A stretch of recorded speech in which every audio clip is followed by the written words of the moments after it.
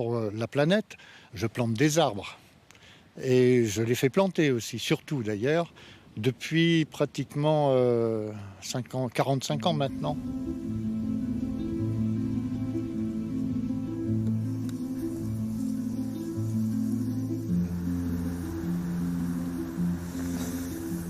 Sur 1 hectare, j'ai voulu planter 26 espèces de chênes du genre Quercus.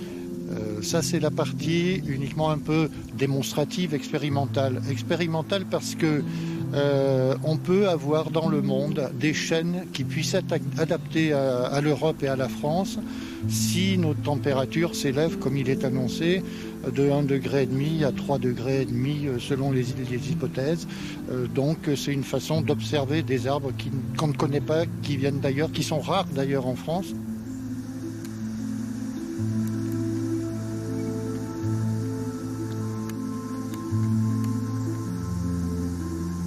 Il y a des arbres que j'aime beaucoup par leur forme, par leurs feuilles. Là notamment ce chêne, il a certainement plus de 80 ans.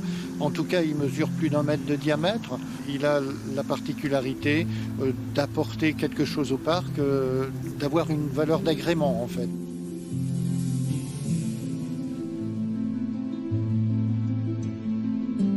Et pour celui-ci, je crois qu'en moyenne, on tourne autour de 8 000 €. Voilà. Donc si on venait à me couper ce chêne, je serais en droit de réclamer un préjudice de 8 000 €.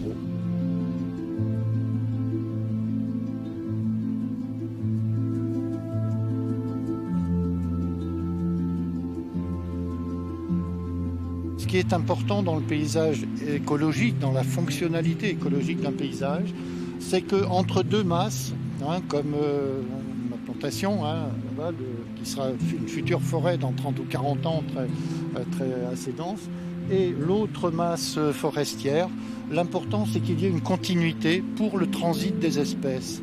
Et donc on voit des haies qui ont été à une époque arrachées par leur membrement il y a à peu près 40 ans et qui maintenant mériteraient en fait d'être constituées.